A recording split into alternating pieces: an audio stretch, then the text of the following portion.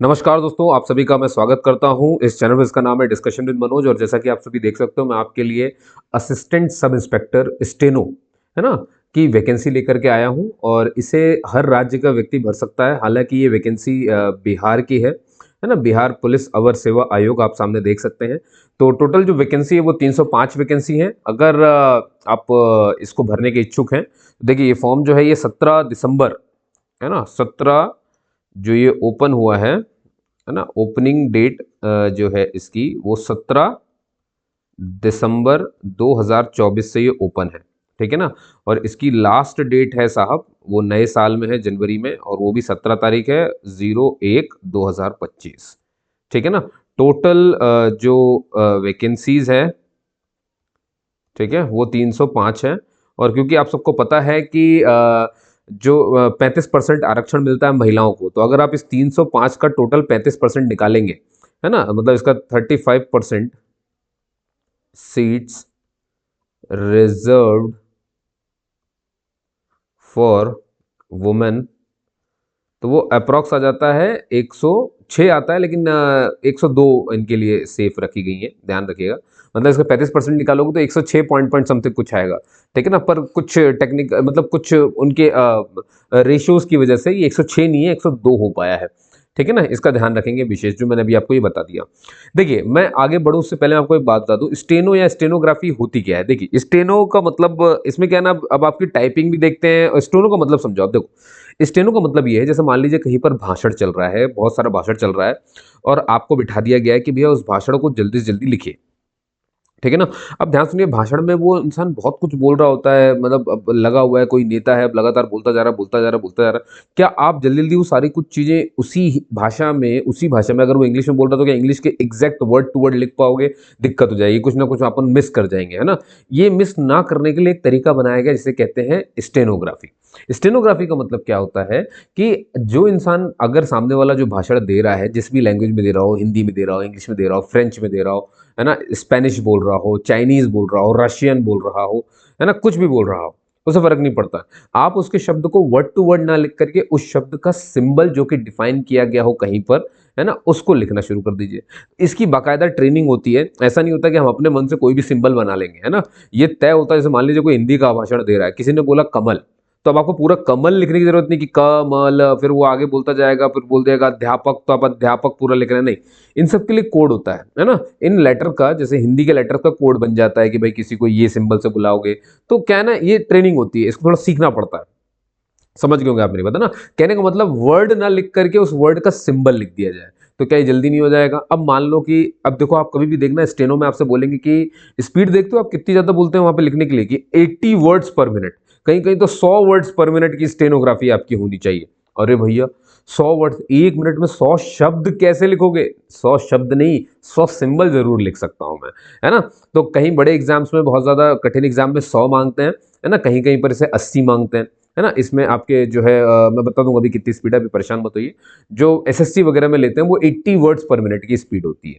Clear है ना। तो इसका एग्जाम भी ऐसे ही होता है, सामने एक बंदा खड़ा होगा, है ना, कोई हमारे होंगे आपके एग्जाम हॉल में, वो आपको जो है मतलब वो रेडियो चला देते हैं, बोलता नहीं है कोई भी, वो रेडियो चलता है वहां पर, है ना, रेडियो टाइप का चलता है ताकि सब सुन ले। उसका टाइमर स्टार्ट होता है।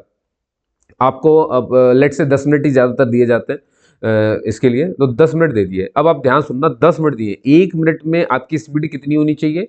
80 वर्ड्स, 1 मिनट में 80 वर्ड्स लिखना है, 80 वर्ड्स पर मिनट दिए कितने? 10 मिनट। तो टोटल कितने शब्द लिखने होंगे आपको? 80 इंटू 10 कर दो, 800 शब्द। और 800 शब्द ही सामने बोले जाएंगे, कम नहीं होने चाहिए। ठीक है ना, बाकायदा फिर। और ये देखो 10 मिनट में आपने 80 वर्ड्स पर मिनट की रफ्तार से जो रेडियो में बोला गया वो आपने पूरा का पूरा लिख लिया, वहां पर लिख लिया इसको।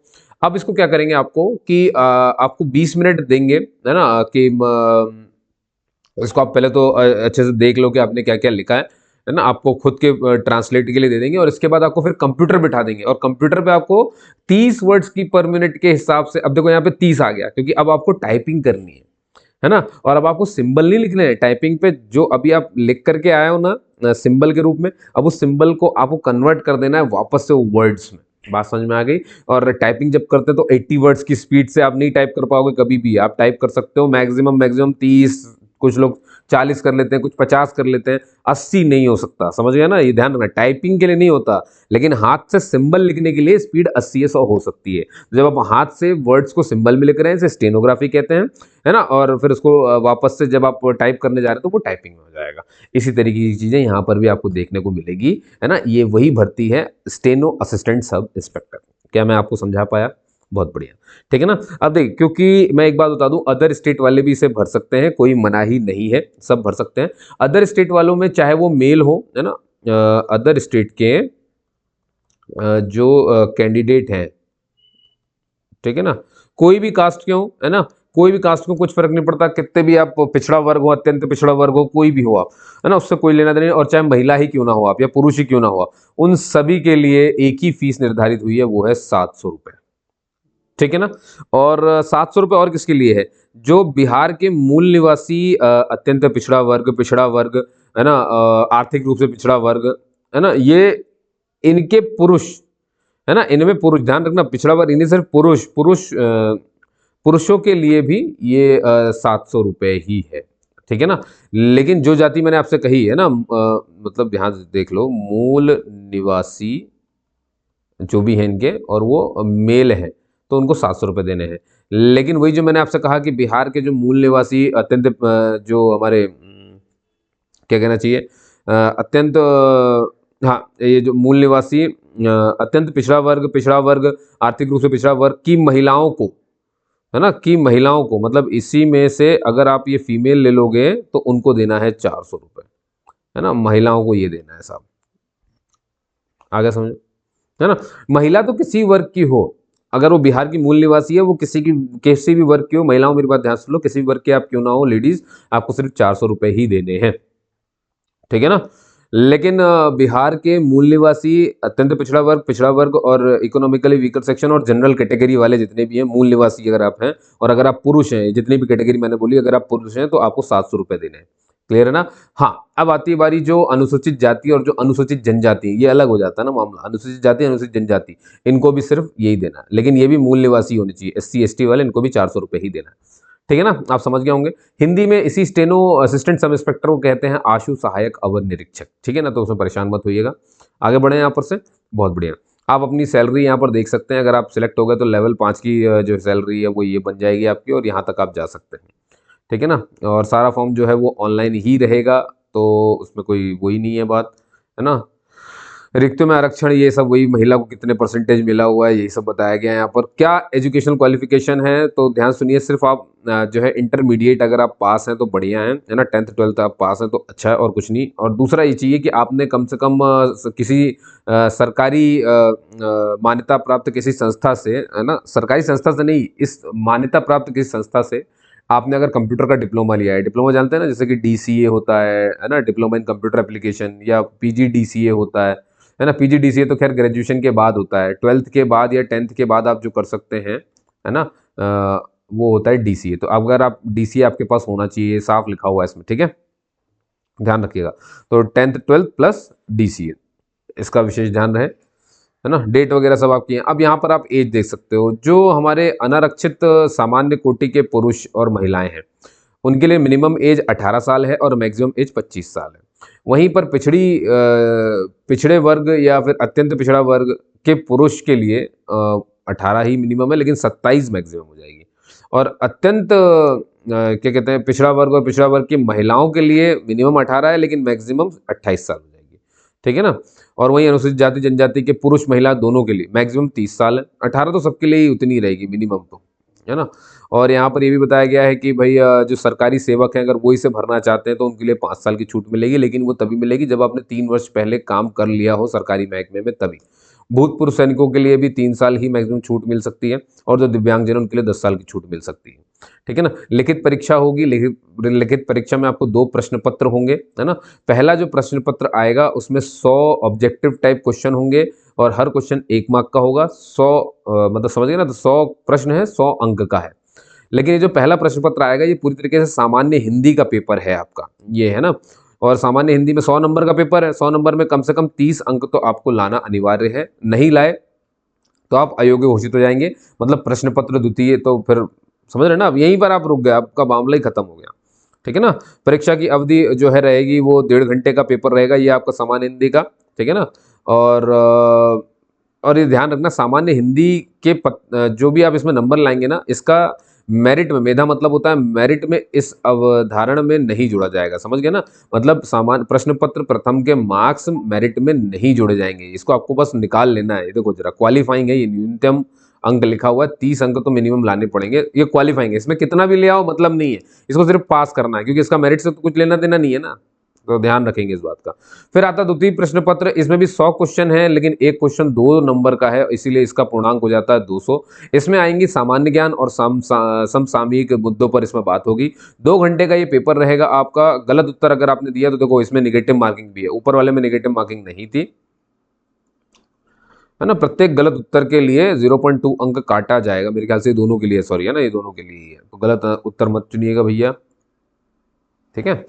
फिर आ जाता है, ये आ जाइए हिंदू, हिंदी हिंदी हिंदू कह रहा हूं मैं, है ना। अब देखो पात्रता की जांच, लिखित परीक्षा में सफल जो हो जाएंगे ऊपर की तरफ, उनके श्रुति लेखन, हिंदी और अंग्रेजी के टंकन यानी कि टाइपिंग की जानकारी होना आवश्यक है। इसके लिए निम्न परीक्षा ली जाएगी। तो अब आती है आपकी वही वाली बारी है, देखो हिंदी श्रुति लेखन, ठीक है ना। हिंदी श्रुति लेखन की जांच आपकी जब होगी, श्रुति लेखन मतलब सुन करके लिखना वाला बात होता है, तो 80 शब्द, देखो मैंने अभी आपसे कहा था प्रति मिनट की गति से, लेकिन यहाँ देखो 10 मिनट नहीं लिखा रहे, 5 मिनट तक लेखापन द्वारा की जाएगी। उसे टंकित करने हेतु 20 मिनट का और समय दिया जाएगा। अभ्यर्थी को टंकन आरंभ करने के पूर्व 2 मिनट का अतिरिक्त समय शुद्धि हेतु दिया जाएगा। श्रुति लेख के टंकन की शुद्धि निर्धारित समय के अंतर्गत करनी होगी। श्रुति लेख के टंकन में उत्तीर्ण होने के लिए 10% से अधिक गलतियां नहीं होनी चाहिए। देखो टंकन मतलब यहाँ पर आप समझो मेरी बात, श्रुति लेखन आपने लिख लिया, उसको लेखापन कर लिया, मतलब वो आपने उसी कोड में लिख लिया उसको, ठीक है ना। ये 5 मिनट मिले आपको, मतलब 5 मिनट तक रेडियो चला, रेडियो में जो भी शब्द निकले आपने 80 वर्ड्स प्रति मिनट की रफ्तार से 5 मिनट तक लिखा, तो अब 1 मिनट में 80 तो कितने हो जाएंगे, मतलब 400 वर्ड्स लिखने हैं आपको, है ना, 5 मिनट के अंदर में।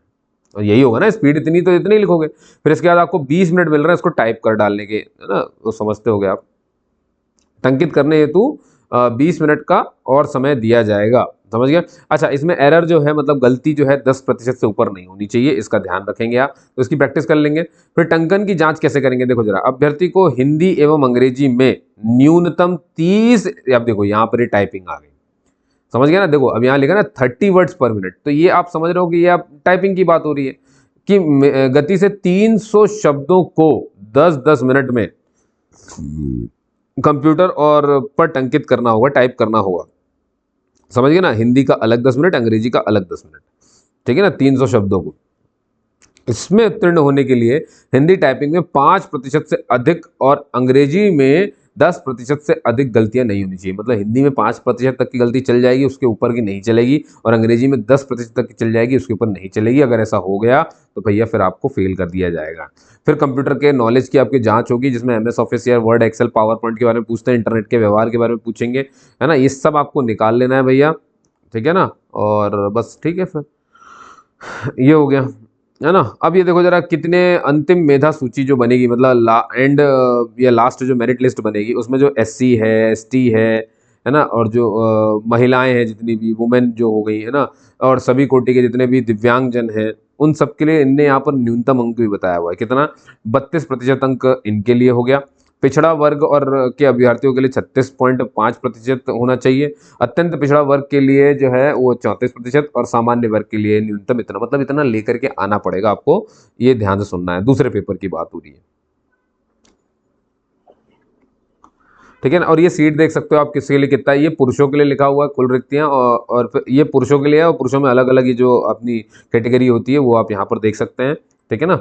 और यहाँ पर ये महिलाओं के लिए है ना, 25% आरक्षण महिलाओं का है। तो जैसे कि देखो टोटल जनरल के लिए जो पोस्ट है वो 121 है। अब 121 का अगर आप 35% निकाल दोगे तो वो आता है 42, ठीक है ना, 42 के आसपास आ जाएगा। मतलब 121 में से ही 42 सीटें इनको मिली हैं।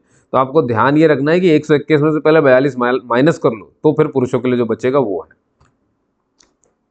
ना। यहाँ देखो ये कुल रिक्तियां लिखी हैं साहब, ये ऐसा नहीं कि यहाँ पे पुरुषों का लिए बताया, नहीं, गलत समझ रहे हो आप, ये कुल है, कुल में से इतना महिलाओं के लिए, तो फिर एक और कॉलम यहाँ पे अगर आप बना लो मेल के लिए, तो अब आप माइनस कर दो जरा, 121 में से 42 आप माइनस कर दो, उड़ा दो, तो आपको पता चल जाएगा कितने हैं, समझ गए ना, ऐसे काम चलता है।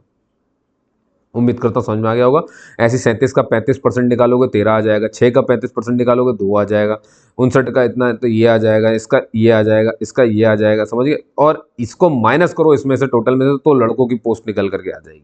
उम्मीद करता हूँ समझ गए होंगे। स्वतंत्र सेनानियों के लिए 6 पोस्ट है, ठीक है ना। ऐसे ही फिर दृष्टिबाधित के लिए कितनी कितनी कहाँ पोस्ट है वो आपको दिख रहा होगा यहाँ पर, है ना। वो दिव्यांगजनों के लिए, हमारे दिव्यांगजनों को भैया जो है वो सुविधा मिलेगी स्क्राइब की, हेल्पर की, जो मदद करते हैं वहाँ पर, ठीक है। इसके बाद देखिए, अब इसमें कट ऑफ वट ऑफ आपको नहीं पढ़ना है इस चक्कर में, ठीक है। पुराने पेपर चाहिए हो तो आप इसी वेबसाइट पर, ये जो सामने दिख रही है आपको नीली नीली कलर की, इसमें जाकर के आप खुद भी सर्च मार सकते हैं। ये फीस वगैरह की जानकारी है जो मैंने पहले बता दी। नेट बैंकिंग सारा फॉर्म ऑनलाइन है, कोई ऐसा नहीं है कि बहुत आपको जाकर कहीं फॉर्म वॉर्म देना है ना, कुछ नहीं करना है आपको, समझ गए। इस तरह से आप इस पेपर पूरे फॉर्म को भर दीजिए, है ना। 305 पोस्ट कम नहीं होती है, पूरे सभी लोगों के लिए है ये, ठीक है ना। आराम से भरिए और बस तैयारी करिए साहब। मैंने बता दिया, हिंदी है और जनरल जीके वगैरह जो आना है वो आना है। तो बढ़िया जो है शुरू हो जाइए पढ़ने के लिए, करंट अफेयर वगैरह और बहुत सारी बातें रहती पढ़ने के लिए, ठीक है ना। तो बस मेहनत करिए, फिर मिलेंगे अगले वीडियो में। तब तक के लिए कोई भी जानकारी अगर चाहिए हो आपको तो आप इंस्टाग्राम पर मेरे आ सकते हो मुझसे पूछने के लिए, जिसका नाम है डिस्कशन विद मनोज। वहाँ पर भी मैं रील अपलोड करता रहता हूँ, अपडेट देता रहता हूँ। छोटे छोटे अपडेट जो होते हैं वो जानकारी मैं वहाँ दे देता हूँ। बड़े अपडेट के लिए मैं इतना बड़ा वीडियो बना देता हूँ जो आप ये यूट्यूब पर इसे देख लेते हैं, ठीक है दोस्तों। आपने मुझे सुना, इतना प्यार दिया, उसके लिए बहुत बहुत धन्यवाद, है ना। आपकी सेवा में मैं हमेशा इस तरह से आता ही रहूँगा आपके लिए। कुछ ना कुछ ऐसी ये परमानेंट जॉब्स हैं जिनके बारे में हमेशा बात करता हूँ, और वो सरकारी जॉब ही होती है जिनके बारे में बात करता हूँ। इसलिए आप मुझसे जुड़ जाओ, आपको ऐसी इन्फॉर्मेशन रोज मिल रही है, रोज। और अभी मैं बता रहा हूँ, पिछले 10 दिन से बहुत सारे अभी जिनके कट ऑफ नहीं निकले हैं, आप सब भर सकते हैं। कोई जितने ITI किया हो, किसी ने कुछ भी किया हो, अप्रेंटिसशिप कर लिया हो, सबके लिए स्थायी सरकारी नौकरी मैंने बताई हुई है। तो उनको जाके चेक कर लो, वीडियो थोड़ा सा देखना पड़ेगा, कोई दिक्कत नहीं, स्पीड बढ़ा लेना, है ना। कोई दिक्कत नहीं, आप अपने भाई को सुन रहे हैं, है ना। आप कम से कम सीख तो रहे हैं, ये जरूरी है ना। कम से कम जानेंगे तो कि ये वैकेंसीज कैसी आती है, ठीक है ना। कोई हुआ नहीं फैलाता हूं मैं, बस जो मुद्दा है वही बात करके मैं यहाँ से निकल जाता हूँ, ठीक है दोस्तों। तो अब मैं निकलता हूँ यहाँ से। जय हिंद, जय भारत।